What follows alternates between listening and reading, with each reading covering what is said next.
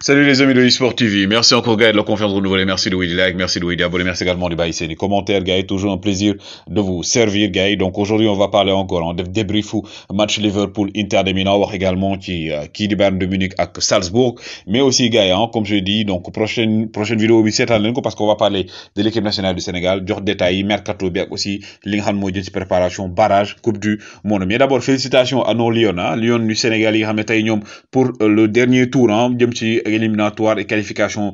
Coupe d'Afrique bay amé ci Maroc 2022 ñom tay ñoo door Mali 1-0. Félicitations à nos Lions. Également VAR bi gay VAR bi dafa nek concept bees bo xamné dama ko bëgg développer ak yéen. On va un peu revenir sur quelques joueurs muy national et international, wax un peu histoire football et ça permet aussi ñu rappeler wu yéen yi. Et tay VAR bi li ma leen proposer moy image bi di Zlatan Ibrahimovic qui n'est plus à présenter pour wax leen lutax Zlatan Ibrahimovic bëgg ki nga xam moy Ronaldo. Gis ngeen mom à l'époque ci néegam gis nga photo Ronaldo la ci defoon et tout, donc on comprend aujourd'hui l'autre Ronaldo est incontestablement le meilleur attaquant du monde. Et Ronaldo d'abord gars yi ñi sétane football dama leen di suggérer ngeen dem sétane film bi nga xamné def nañ ko ci mom pour un peu retracer son parcours au niveau international. Ronaldo de Nazario, donc qui n'est plus à présenter.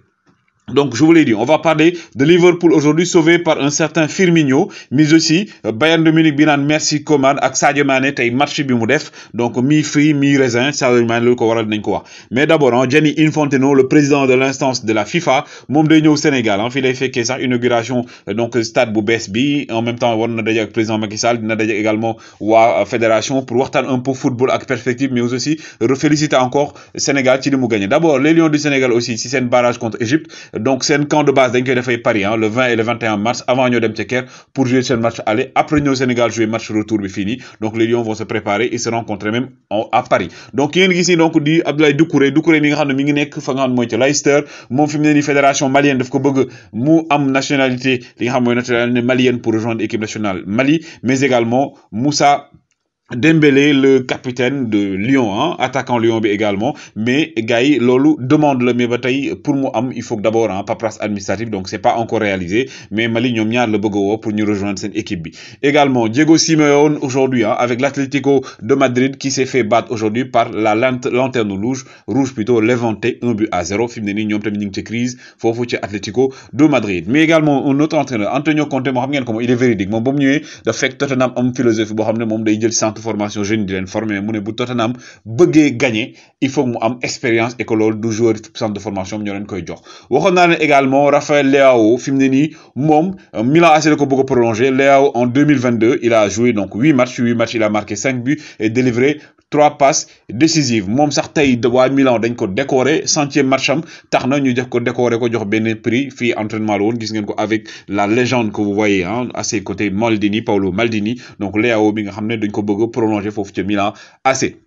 Donc wa Manchester City démb ba ñu waree ñibbi gannaaw ba ñu amee seen victoire bi ñoom ay zone de turbulence lañu amoon ci air bi ak seen avion gis nañ ko ni créé woon ay yenn tension gars yi yaakaaroon dañoo am problème et tout, mais finalement ils sont bien arrivés. Ñu informé ne ko malgré tension bi malgré également zone de turbulence yi nekkoon ils sont bien arrivés. Donc Leipzig qui a tenu en échec le Bayern de Munich 1-0. Donc ba dernière minute 90e minute le finalement Kingsley Coman dougal but égalisation bi ki ngeen gis ni Jonathan Adou mooy un jeune de 20 ans. Mom mo dougal tay premier bi wu Salzbourg bi gis ngeen daf ko dougal sax ngang wone limu am donc ferveur bi mu am joie bi mu am dougal contre un grand d'Europe muy donc Bayern de Munich. Donc gis ngeen ko Adou nek également révélation fofu non Salzbourg mom ak Ademi yi. Donc ñom tay ñoo tenu en échec équipe bi nga xamné moy équipe bu Bayern de Munich. Donc ils ont joué franchement ils méritaient même pas de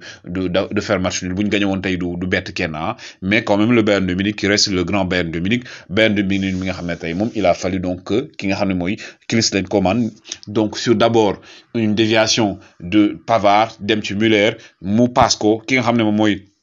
donc Kingsley Coman mu dougal bi bi permettre Bayern de Munich am 1 point. Cela fait maintenant donc depuis août bi moy première fois Bayern de Munich tegle 2 matchs gagné wul parce que kérok beaucoup moko dóor 4-2 tay ñu defaat match nul loolu depuis août dernier le gëjoon am. Donc le Bayern de Munich qui s'en sort bien donc aujourd'hui mom moy accueillir match retour bi donc au niveau de l'Allianz Arena pour mëna gagner. Donc également tay rencontre bi ñëpp doon xaar moy Inter de Milan ak également Liverpool les deux clubs parmi les plus titrés en Europe ñoo doon daje tey et notamment ñëpp ngi doon xaar titularisation ki dëkki Sadio Mané gis ngeen Sadio Mané moom ak Diogo Jota ak Salah ñoo nekkoon ci kaw mais également il faut noter la titularisation également de Robertson et de Arnold entre autres et de Elliott mi également ngeen di gis donc le jeune Elliott di ngeen gis kii moom aujourd'hui il vient de battre le record donc du plus jeune joueur bi nga xam ne Liverpool da ko aligné donc en match d'Europe qualification directe donc moom mu battre record bi nga xam ne Alexander Arnold moo ko amoon moom il a 18 ans 318 jours alors que Alexander Arnold à l'époque il avait 18 ans 354 jours donc également Liverpool finalement qui a battu l'Inter de Milan 2-0 début de qui donc début de Firmino également de Mohamed Salah moo tax ñu ne avantage pour les Reds donc parce que premier mi-temps bi gars yi c'était très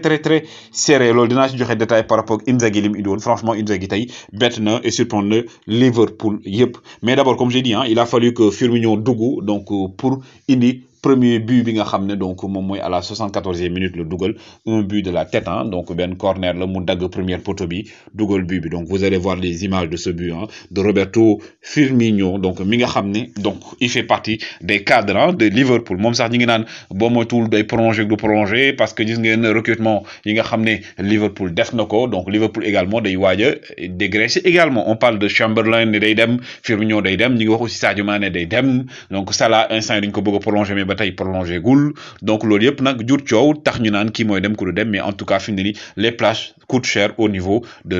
Liverpool Liverpool bi nga xam ne jamono ji bi mooy deuxième victoire bu am ko ci Italie gannaaw bi nga xamee ne match premier tour yi dafa dóor Milan AC ñëwaat dóor fi Inter de Milan donc en 7 matchs Liverpool a donc enregistré 7 victoires gis ngeen un but de la tête magnifique but de Roberto Firmino mi nga xam ne donc également mën nañ ne coaching gagnant la de bien entendu ki nga xam ne mooy Jürgen Klopp donc bu ñu xool meilleure équipe sur corner gis ngeen 13 buts le Liverpool dugal ren donc muy entre championnat ak coupe d'Europe 13 buts Inter nekk deuxième 12 buts AS Rome nekk troisième avec 11 buts Roberto Firmino également qui égale le record de Ronaldinho en coupe d'Europe 18 buts le dugal Ronaldinho El Phénomène également dugal 18 buts loolu nekk record donc coaching gagnant parce que Firmino dafa dugg ki nga xam ne mooy Klopp dafa génne Sadio Mané génne Diogo Jota dugal ki nga xam ne nag moom mooy Naby Keita et Diaz mais aujourd'hui également ki nga xam ne mooy Mohamed Salah il a marqué Mohamed Salah mi nga xam ne en 29 matchs il a marqué 24 buts plutôt et délivré 9 passes décisives donc heureusement parce que changement bu fekkoon ne Firmino dafa changé dafa ñëw remplacer Sadio Mané dugal ñu ne waaw Sadio Mané lii mais Firmino dafa remplacer Diogo Jota ñëw dugal donc heureusement donc également mais quand même ce qu'on retient mooy que ne Liverpool tey moom moo dóor équipe bi nga xam ne moom mooy Inter de Milan et pourtant le match gars yi c'était un match très serré statistique yi nii di ngeen ko gis xool statistique yi xool gis ngeen possession gis ngeen Liverpool am 53 Inter am 47% donc gis ngeen précision de passe 83% pour Liverpool 81 pour ki nga xam ne mooy Inter de Milan donc passe réussi 42 ballon récupéré 46 mais gis ngeen 55 la ñuy récupéré donc en matière de tir gars yi 7 tirs le ñi nga xam ne kii am donc mooy Inter yëpp ak Liverpool mais 2 tirs cadrés 2 buts pour Liverpool Sadio Mané gars yi comme on dit Sadio Mané dugg na Sadio Mané qui n'a pas marqué Sadio Mané premier mi-temps bi boobu il a essayé mais dafa daje équipe boo xam ne mooy équipe bu Inter boo xam ne gars yi franchement pas mal l'idée de Simone Inzaghi tey gars yi face à Liverpool dafa génne stratégie bi parce que dafa def 3 contre 3 ni mu defee 3 contre 3 devant mooy lan dafa boole Skriniar pour mu marquer Sadio Mané Diogo Jota De Vrij moo ko doon marqué Bastoni marqué Salah également 3 contre 3 également au milieu de terrain et les pistons yi nga xam ne tey dañoo jouer très haut ba tax ñu bloqué ñi nga xam mooy Andy Robertson entre autres donc Inzaghi Simone tey def na coaching bu gagnant et également fukki boo savoir avec le ballon c'était très intéressant de voir aujourd'hui li nga xam ne moom la Inter indi mais d'abord notez également que Virgil van Dijk a été élu homme du match le mur donc de Anfield Virgil van Dijk mi nga xam ne il a fait un match très phénoménal tey moo tere Dzeko daal di dugal mais Dumfries également système bi nga xam ne teg nañ ko dafa taxoon Dumfries am également possibilité jouer plus haut avec un cran plus haut permettre aussi également muy mën a atteindre di mën a jouer ak ñi nga xam mooy centraux yi Inzaghi également tey dafa permettre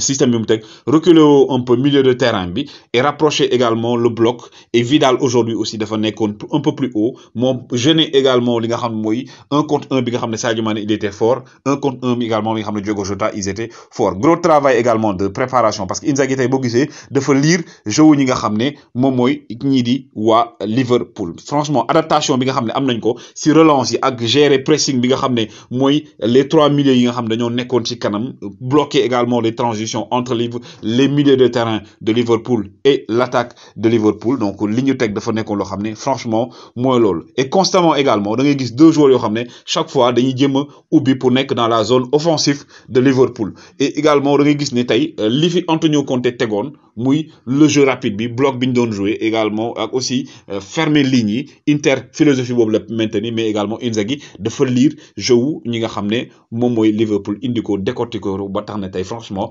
Inter sax mënoon nañ match nul bu amoon wala Inter gagné woon dañ naan c'était normal parce que ils ont fait déjouer Liverpool ba à la 74e minute sur un coup du sort corner am Firmino dugal ils se sont relâchés parce que boobu dañoo ubbi seen jeu ils voulaient marquer et Salah en a profité pour